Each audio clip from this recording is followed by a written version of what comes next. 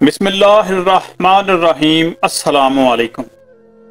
हज़रत खालिद बिन सफ़वान अलैहिर्रहमा फरमाते हैं कि एक मरतबा यमन के गवर्नर यूसुफ बिन उमर ने मुझे इराक के एक वफ्द के साथ खलीफा हशाम बिन अब्दुल मलिक के पास भेजा। जब मैं वहां पहुंचा तो देखा कि खलीफा हशाम बिन अब्दुल मलिक अपने लाओ लश्कर अहलो अयाल और खुदामो हशम के साथ सैरो सियाहत के लिए रवाना हो रहा है। चनाचा मैं भी उस सफर में लश्कर के साथ शामिल हो गया। खलीफा ने एक ऐसी वादी में लश्कर के पड़ाव का हुक्म दिया जो नहायत वसी व अरीज, खूबसूरत और साफ सुथरी थी। मौसम बहार में वहां कई बारिशें हो चुकी थीं, जिसकी वजह से वादी फूलों और मुख्तलिफ किस्म के नबातात से आरास्ता पेरास्ता थी। वो वादी ऐसी दीदा जेब और दिल फरेब थी कि उसे देखते ही वहां क्याम करने को जी चाहता था, और वैसे भी वो हर एतबार से कयाम के लिए मौजू थी। वहां की मिट्टी ऐसी थी जैसे कफूर की डलियां, और वहां के ढेले ऐसे साफो शफाफ कि अगर उन्हें उठाकर फेंका जाए तो हाथ बिल्कुल गर्द आलूद ना हो। वहां खलीफा के लिए वो रेशमी खैमे नस्ब किए गए जिन्हें यूसुफ बिन उमर ने यमन से भिजवाया था। फिर उन खैमों में सुर्ख रेशम के 4 बिस्तर लगाए गए और ऐसे ही सुर्ख रेशमी तकिए उन पर रखे गए।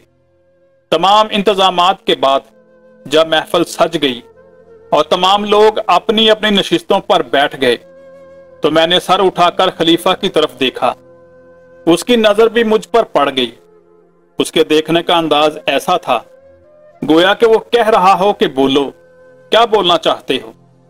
मैंने कहा, ए अमीरुल मोमिनीन, खुदा आपको खुश रखे, अपनी बेपाया नेमतों से बहरा याब फरमाए। अमूरे खिलाफत में आपको जादुए मुस्तकीम पर गामजन रखे और आपका अंजाम ऐसे फरमाए जो काबिल तारीफ हो। अल्लाह सुबहाना ताला ने ये नेमतें आपको इसलिए दी हैं ताकि आप इनके जरिए तकवा इख्तियार करें। खुदावंद कुदूस ने आपको बकसरत पकीज़ा अनायात से नवाजा है और आपको ऐसी नेमतें अता की हैं जिनमें खुशियां ही खुशियां हैं। गम का दूर दूर तक कोई साया नहीं। आप मुसलमानों के लिए एक काबिल एतमाद खलीफा हैं। आप इनके लिए खुशी और सरूर का बायस हैं। जब इन्हें कोई मुसीबत दरपेश होती है तो वह आप ही की तरफ रजू करते हैं और हर मुश्किल के वक्त आप उनके लिए जाय पनाह हैं। ए अमीरुल मोमिनीन, अल्लाह पाक मुझे आप पर फिदा करे। जब मुझे आपकी हम नशीनी और जियारत का मौका मिल ही गया है तो अब मेरा हक बनता है कि खुदाए ताला ने आप पर जो नेमतें नछावर फरमाई हैं और जो जो कमालात अता किए हैं, मैं आपको उनकी याद दहानी कराऊं और आपको उन नेमतों पर शुक्र करने की तरगीब दिलाऊं, जिसका बेहतरीन तरीका यह है कि मैं आपको साबका बादशाहों के किस्से सुनाऊं। क्या आपकी तरफ से मुझे इस बात की इजाजत है। यह सुनकर खलीफा हशाम बिन अब्दुल मलिक सीधा हो गया, सब तकिए एक तरफ रख दिए और कहा, अब मुझे शौक से पहले बादशाहों के हालात बताओ। मैंने कहा, ए अमीरुल मोमिनीन, साबका बादशाहों में से एक बादशाह था। वो भी एक मरतबा सैरो सियाहत के लिए बिल्कुल ऐसे ही मौसम में निकला। उस साल भी खूब बारिशें हुई थी। जमीन फूलों और नबातात से मज़य्यन हो गई थी। जब उस बादशाह ने इन तमाम नेमतों, अपने मालो मता, खुदाम और लश्कर की तरफ नजर की तो बड़े फखरिया अंदाज में कहने लगा, जैसी नेमतें मेरे पास हैं, क्या किसी और को भी ऐसी अजीम शान नेमतें कभी मिली हैं। उस वक्त उसके लश्कर में एक हक मर्द मुजाहिद भी मौजूद था।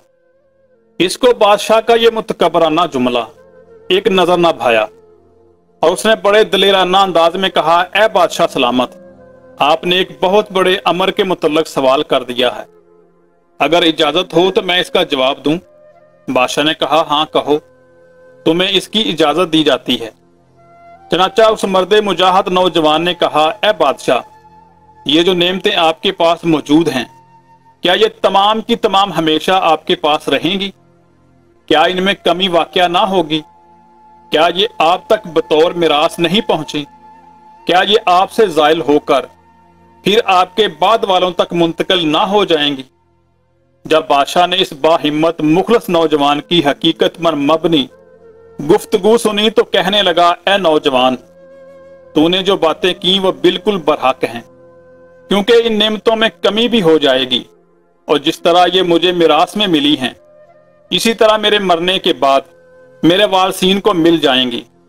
ये सुनकर इस बाहिम्मत नौजवान ने कहा, बादशाह सलामत, जब ये सब बातें हक हैं तो फिर इन मामूली नेमतों पर फख्र करना एक तज्जुब खेज बात नहीं। ऐ बादशाह, ये नेमतें आपके पास बहुत कम अरसा रहेंगी और जब आप इस दुनिया से जाएंगे तो खाली हाथ ही लौटेंगे और कल बरोज़े क़यामत आपसे इन तमाम नेमतों का पाई पाई का हिसाब लिया जाएगा। और ये एक इंतहाई सख्त अमर है। इन सारे हकायक के बावजूद आपका दिल इस दुनिया फानी में क्यों कर लगा हुआ है? नौजवान की ये खलूस भरी बातें बादशाह के दिल में तासीर का तीर बनकर पेवस्त हो गईं।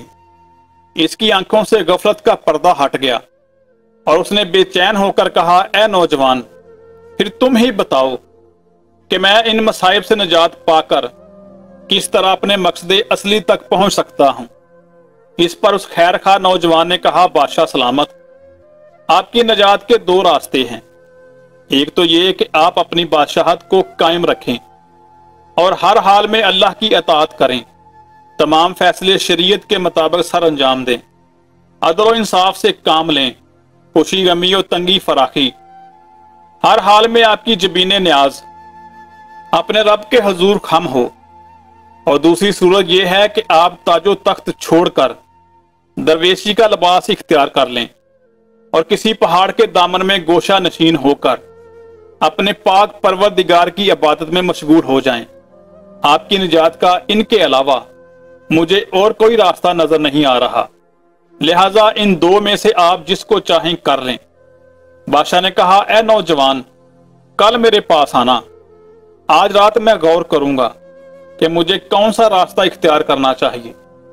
अगर मैंने बादशाहत वाला रास्ता इख्तियार किया तो मैं तुझे अपना वजीर बना लूंगा और हर मामले में तेरी इताअत करूंगा और कभी भी हुक्म अदूली से काम ना लूंगा। और अगर बादशाहत छोड़कर गोशा नशीनी इख्तियार करूंगा तो तुम मेरे साथ रफीक बनकर रहना, मैं तुम्हारी हर बात मानूंगा। इतना कहने के बाद बादशाह अपने खैमे की तरफ चला गया। सुबह के वक्त जब वो मुखलस नौजवान बादशाह के पास गया तो उसने देखा कि बादशाह ने ताजे शाही और लिबासे खुसरवाना उतार कर फकीरों वाला लिबास पहन रखा है। अब उस बादशाह ने पुख्ता इरादा कर लिया था कि खलवत में रहकर अपने रब्बे जुल जलाल की इबादत करेगा। चनाचा वो ताजो तख्त और दुनिया की रंगीनियों को छोड़कर उस मुखलस नौजवान के साथ जंगल की तरफ चला गया और वह दोनों आखिरी वक्त तक वहीं एक पहाड़ पर अपने खालिक हकीकी की इबादत में मशगूल रहे। हजरत खालिद बिन सफवान की जुबानी खोरनक के बादशाह का वाकया सुनकर खलीफा हशाम बिन अब्दुल मलक ज़ारो कतार रोने लगा और इतना रोया कि उसकी दाढ़ी आंसुओं से तर हो गई और उसका अमामा भी अश्कों से भीग गया। फिर खलीफा ने हुक्म दिया, तमाम खैमे उखाड़ दिए जाएं और तमाम बिस्तर उठा लिए जाएं और तमाम लश्कर फौरन महल की तरफ रवाना हो जाए। चनाचा खलीफा अपने सारे लश्कर को लेकर रोता हुआ महल की तरफ रवाना हो गया।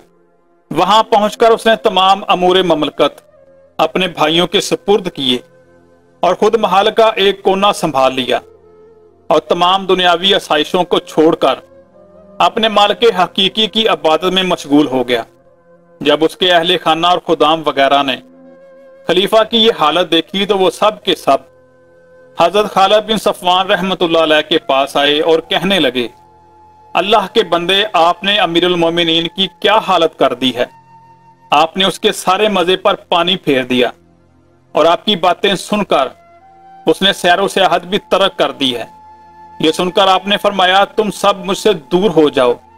बेशक मैंने अपने परवरदिगार से वादा किया है कि जब भी मैं किसी बादशाह से मिलूंगा तो उसे नेकी की दावत जरूर दूंगा और बुरी बातों से मना करूंगा, नीज उसे अल्लाह की याद दिलाऊंगा और मुझे खुशी है कि मैं अपना काम कर चला हूं।